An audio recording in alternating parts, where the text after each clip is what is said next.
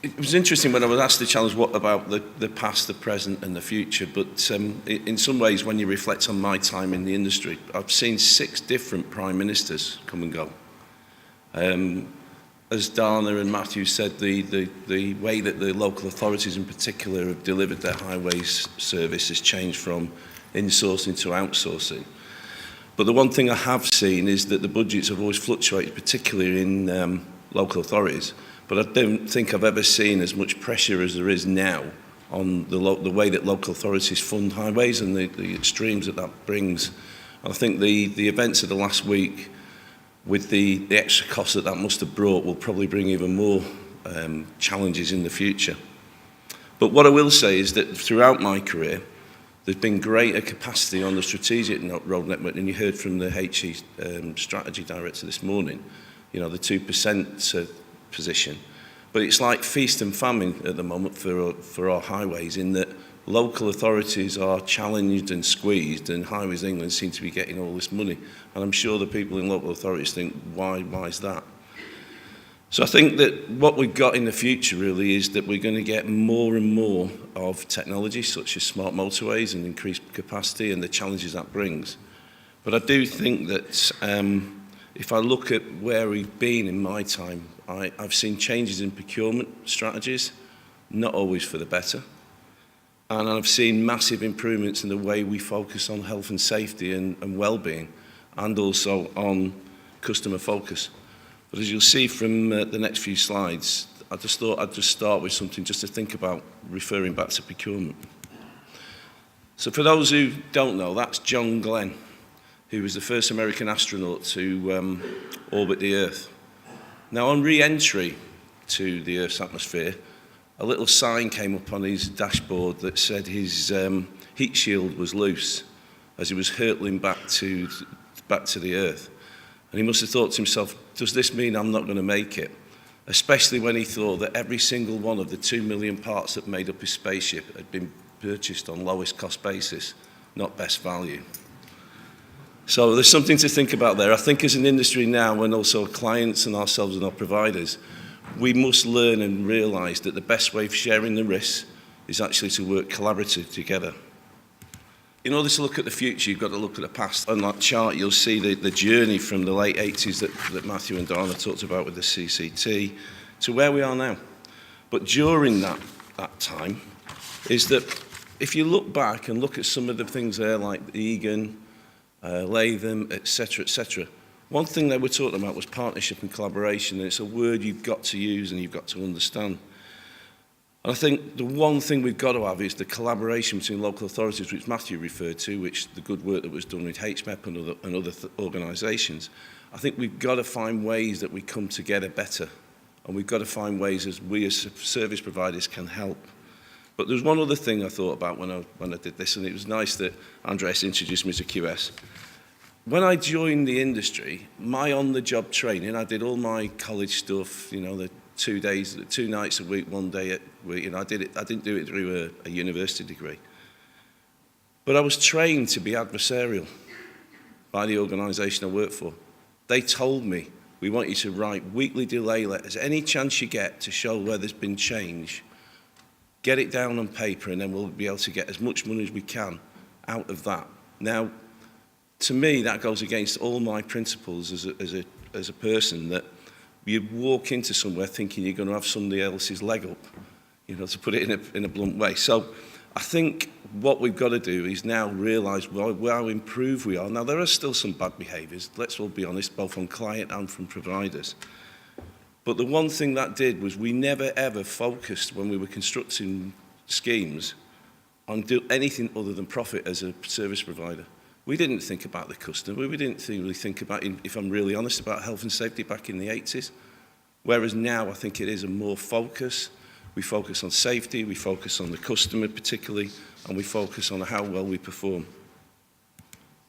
So over the same timeline as what you saw there, you can see all the different models, you know. And how many of those have been tried, thrown away, and now coming back out of the box again? You know, the thing is, there's no single way that anybody's come up with yet how we provide the service, and that's another challenge, I think. I think the work that HMEP did on trying to get some sort of standardisation should be applauded. But even Highways England now have started to change back models, you know, and I was in Australia last week talking to some clients there, and they were saying they want to change their models and they want our advice. And I said, well, we've actually seen more models, but nobody ever focuses on the one thing that's important, which is the three sort of streams of keeping our people safe and the people that use our network safe, focusing on the customer, but just as importantly, focus on how we perform and improve. So, that was then. I'm sure you'll all recognise that, some of the ways you used to do things. And again, I was in Australia last week and I was looking at some photos of how they built the Sydney Harbour Bridge with a bloke throwing rivets at another bloke in the middle of the girders with no netting underneath. And then, you know, I was fortunate if I walked it for charity last week, and the lady who was showing me around said, and only 6 people were killed. Now, can you imagine if we were going into a major project like Crossrail or HS2 and said, let's just think how many people can we not kill? The whole thing's changed. But if you look at that and you look at today, the only thing that's really changed there, we've got a bit more mechanical means of doing things. And there's some things that are obviously an improvement in health and safety and an improvement in the perception of the customer. But actually, what do we do that's different? You know, Dana once asked me a few years ago, where would we be in 10 years' time? It was about 5 or 6 years ago, Dana, if you remember. Where would we be in 10 years' time? And I said, my answer to that was, well, where were we 10 years ago? Well, we're still putting white lines down. We're still doing this. We're still doing that. You know, at the end of the day, we're still doing the same things. So when I reflected on it, and I thought, well, that's where we were. That's where we've been. That's where we are now. And then you look and you think, well, where are we going next? Well, next is already here in that some of the world of innovation that we're doing. You know, I was pleased yesterday that the Safety Can, I was at Highways England's Health, Safety and Wellbeing Awards, and the Safety Can, which is a joint thing we did with Highways England and Carnell, actually won the Innovation Award, which was really good.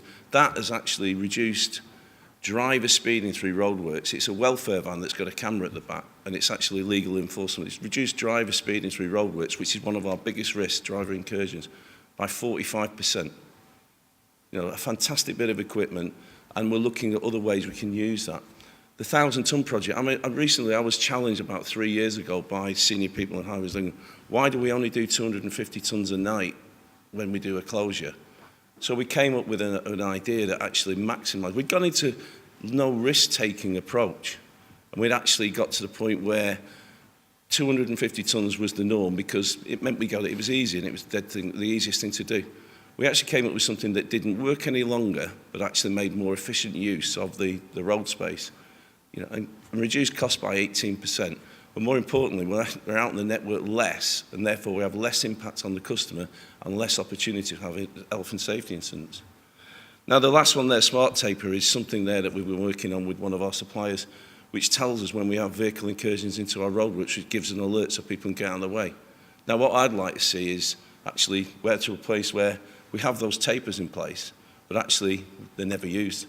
They never come into action because people's drivers' behaviour, etc., make you realise that actually people who are working on the road are providing a service and need to be given the correct thought process. So another little thing there that we're doing, we came up with some solutions that there are today. I mean, I've seen actually, I don't know if anybody's seen them, I've seen some automated bricklaying machines, which make me smile really, because, you know, that a robotic bricklayer, you know, it's quite interesting. The ones I know, we used to go down the pub and have a couple of pints, but, you know, I'm not so sure about that. But we brought some other stuff. We brought the road rake from Australia, where it was being used to clear roads, and you probably may have not have seen them, but there'll be a lot of those doing it. It's taking people out of harm's way. The road rake can clear 4 kilometres of carriageway in 2 hours, what would have taken 2 days for 4 men and a truck. So it's improvement, but also safety as well. But I like this one, and hopefully you may go and visit WJ stand outside. This is, to me, one of the best things I've seen for a long time, in that it takes a guy out of harm's way, it looks professional, and you get a better product. So why wouldn't we all look at our own individual businesses and the way we provide services and actually think, is there a better way we can do things?